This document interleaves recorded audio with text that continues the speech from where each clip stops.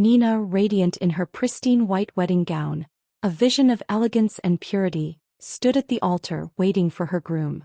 But as minutes turned into hours, yet no sign of him, whispers spread.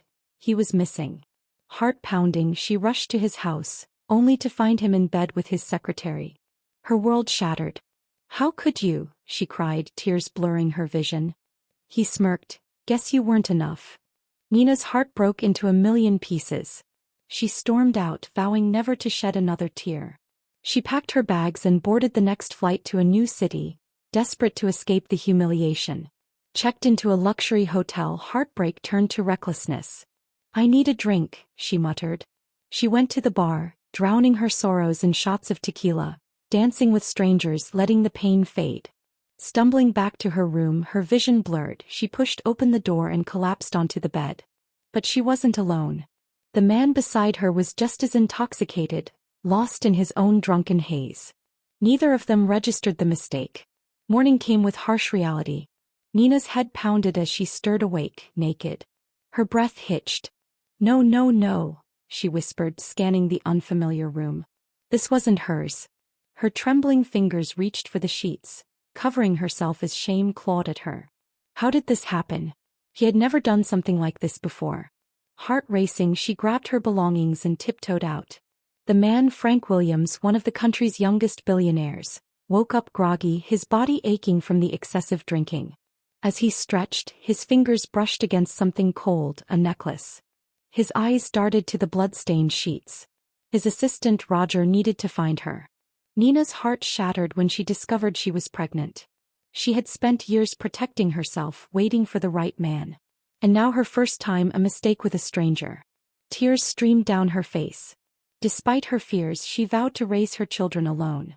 9 months later, she gave birth to triplets, Kimberly, Kingsley, and Calvin.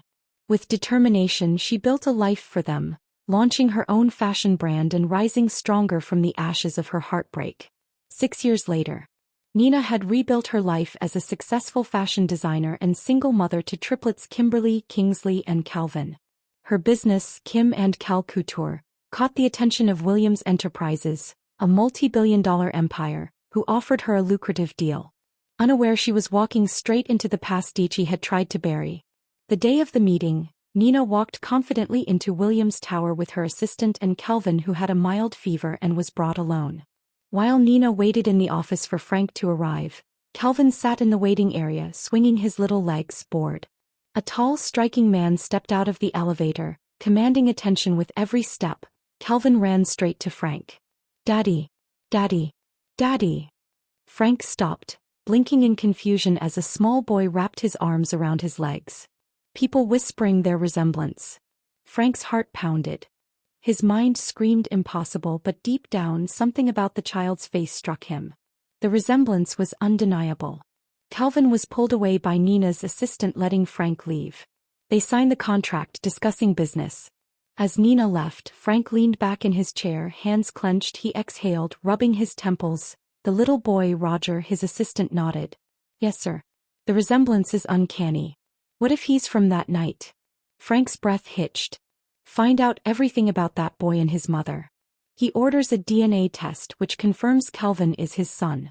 Frank decides not to confront Nina immediately. He invites Nina to a follow-up meeting, where he subtly inquires about Calvin's father. Nina's reluctance to discuss the topic speaks volumes, and Frank realizes he must approach the situation with caution. At Williams Enterprises' end-of-year party, Calvin, ever curious, sneaked out of the children's playroom. The moment he spotted Frank, he ran straight to him. "Hi, Daddy," the little boy beamed. Frank knelt, his pulse racing. "Hey, buddy." Calvin studied him intently. Then he said, "You look like me." Frank swallowed hard. "You think so?" Calvin nodded. "Mommy says I don't have a daddy." Frank froze. Before he could respond, Nina appeared and took Calvin back to the playroom, and Frank follows. "Nina, oh, we need to talk." Leading her to a private lounge. Nina paced, arms crossed, while Frank stood with a quiet intensity. "Are you going to tell me the truth, or should I say it for you?" His voice was calm, but there was a sharp edge to it. Nina clenched her fists. "I don't know what you're talking about."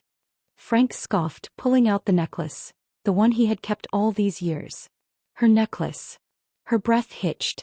6 years ago, he said, stepping closer, you walked into my hotel room. I didn't know your name. You didn't know mine. But now I know exactly who you are, Nina. She shook her head. No. This isn't possible. Frank pulled a folded paper from his pocket and placed it on the table.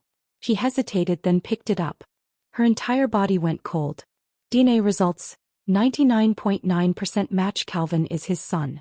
Nina's knees buckled and she sank onto the couch. No, this can't be real. Frank crouched in front of her, his voice softer now. Did you know? Tears welled in her eyes. No, her voice broke. I never knew. Frank exhaled sharply, running a hand through his hair. So, you didn't keep him from me on purpose? She shook her head. I thought that night was just a mistake. I never even knew your name. Silence stretched between them. Frank expressed his desire to be in his son's life, and Nina was hesitant, having raised Calvin alone.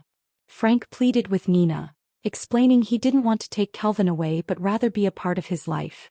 Nina eventually agreed to let Frank into their lives, but on her terms.